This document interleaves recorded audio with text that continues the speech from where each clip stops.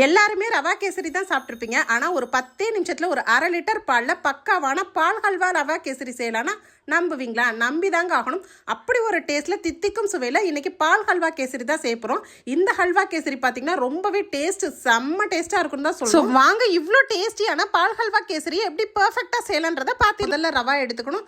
ரவா பார்த்திங்கன்னா எந்த ரவாயாக இருந்தாலும் நம்ம மிக்சியில் நல்லா நைஸாக அரைச்சி எடுத்துக்கலாம். 1 கப் ரவா நான் எடுத்திருக்கேன். இது பார்த்திங்கன்னா ஒரு 200 கிராம் இருக்கும். இதை நான் நல்லா நைஸாக அரைச்சி எடுத்துட்டு இந்த மாதிரி டெக்ஸ்சரில் இருக்கணும்.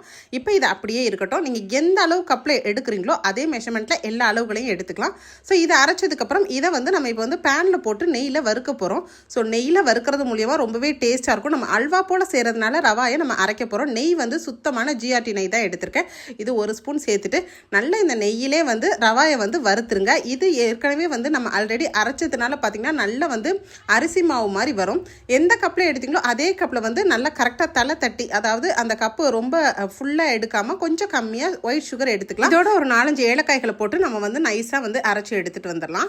இப்போ சர்க்கரையும் நம்ம அரைச்சிருக்கிறதுனால நம்ம ஹல்வா பதத்துக்கு ரொம்பவே டேஸ்ட்டாக செய்யலாங்க. இப்போ பாருங்கள், நமக்கு ரவா நல்ல நெய்யில் மேட்ச் ஆயிடுச்சு. இப்போ இதோட நல்லா காய்ச்சி ஆற வச்ச பால் 1/2 லிட்டர் கொஞ்சம் கொஞ்சமாக நம்ம சேர்த்துக்கலாங்க. சேர்த்துக்கும் போது கட்டிப்படாமல் கிளறிக்கலாம். இல்லாட்டி நீங்கள் பாலை ஊற்றிட்டு கொஞ்சம் கொஞ்சமாக ரவாயை கூட நீங்கள் கலந்துக்கலாம். ஸோ நான் அப்படியே கொஞ்சம் கொஞ்சமாக சேர்த்துட்டேன். இப்போவே எனக்கு கட்டிப்படுது. பட் இருந்தாலும் நல்லா கிளறி விட்டுருங்க. ஸோ இந்த மாதிரி கிளறும் போது கட்டிகள் இல்லாமல் நமக்கு நல்ல கூழ் மாதிரி அப்படி கம்மு மாதிரி இருக்கும். நம்ம எப்படி மைதா மாவில் நம்ம கம் பேஸ்டெல்லாம் செஞ்சோன்னா அந்த மாதிரி டெக்ஸ்சரில் இருக்கும். இப்போ இந்த டைமில் நம்ம அடுத்து ஒயிட் சுகர், அதாவது வெள்ளை சர்க்கரையும் ஏலக்காயும் அரைச்சி வச்சுருக்கோம் பார்த்தீங்களா, அதை இதோட ஆட் பண்ணிக்கோங்க. ஆட் பண்ணிவிட்டு நல்லா மிக்ஸ் பண்ணி கொடுங்க. இப்போ இந்த சர்க்கரை போடும் போது என்ன ஆகும்னா சுகர் கொஞ்சம் இலகும் போது பார்த்திங்கன்னா நல்லா மேட்ச் ஆகும். இப்போ இதில் நம்ம ஃபுட் கலர் ஆப்ஷனல் தான். உங்களுக்கு எந்த கலர் தேவையோ அதை நீங்கள் சேர்த்துக்கலாம். நான் 1 ஸ்பூன் நெய் மறுபடியும் சேர்த்துட்டு இதில் ஃபுட் கலர் சேர்க்க போகிறேன். நான் எல்லோ கலர் தான் சேர்க்கலான்ற ஒரு ஐடியா, அதனால் எல்லோ கலர் 1 பிஞ்சு சேர்த்துருக்கேன். சேர்த்துட்டு நல்லா கிளறி விட்டுக்கலாம். ஸோ 10 நிமிஷத்தில் ஒரு 1/2 லிட்டர் பாலை வச்சு இப்படி ஒரு மில்க் ஸ்வீட் செய்யலாம்னா நம்பவே முடியாதுங்க. அந்தளவுக்கு டேஸ்ட்டு வேறு லெவலில் அல்டிமேட்டாக இருக்குன்னு தான் சொல்லணும். இப்போ எல்லாத்தையும் நல்லா கிளறி விடுங்க. கட்டிகள் இல்லாமல் மெயினாக நல்லா மீடியம் ஃப்ளேமில் வச்சிங்கன்னா இந்த மாதிரி பாருங்கள், நல்லா சூப்பராக வந்துடும். அப்படி அல்வா பதத்துக்கு வந்துடும். கேசரி எல்லாமே அடிக்கடி நம்ம செஞ்சுக்கிட்டே இருப்போம். ஆனால் இனிமேல் ஒரே மாதிரி டேஸ்ட்டில் செய்யாமல் 1 கப் ரவாயை வச்சு ஒரு 1/2 லிட்டர் பாலை வச்சு இந்த மாதிரி பால் ரவா கேசரி செஞ்சு கொடுங்க. செம்ம டேஸ்ட்டுன்னு தான் சொல்லணும்.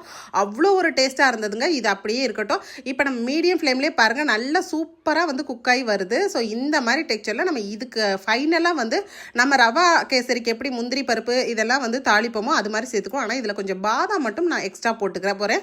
பாதாம் பொடிசாக கட் பண்ணிக்கலாம். மறுபடியும் 1 ஸ்பூன் நெய் சேர்த்துட்டு நெய் சூடானதுக்கப்புறம் இந்த மாதிரி பாதாம், முந்திரி, அதுக்கப்புறம் திராட்சை பழம், உலர் திராட்சை, இது எல்லாமே நம்ம சேர்த்துட்டு நல்லா கோல்டன் ப்ரௌனிஷாக வரட்டும்.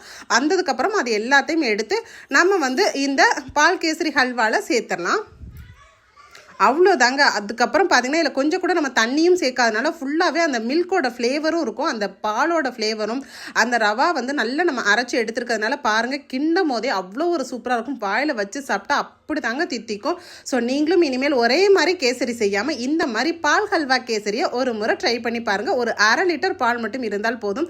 அவ்வளோ ருசியான மில்க் ஸ்வீட்டு ரெடி ஆயிடுச்சுங்க. உங்கள் பசங்களுக்கு நீங்கள் இந்த மாதிரி ட்ரை பண்ணி கொடுத்தீங்கன்னா இனிமேல் கேசரியே வேண்டான்னு சொல்லுவாங்க.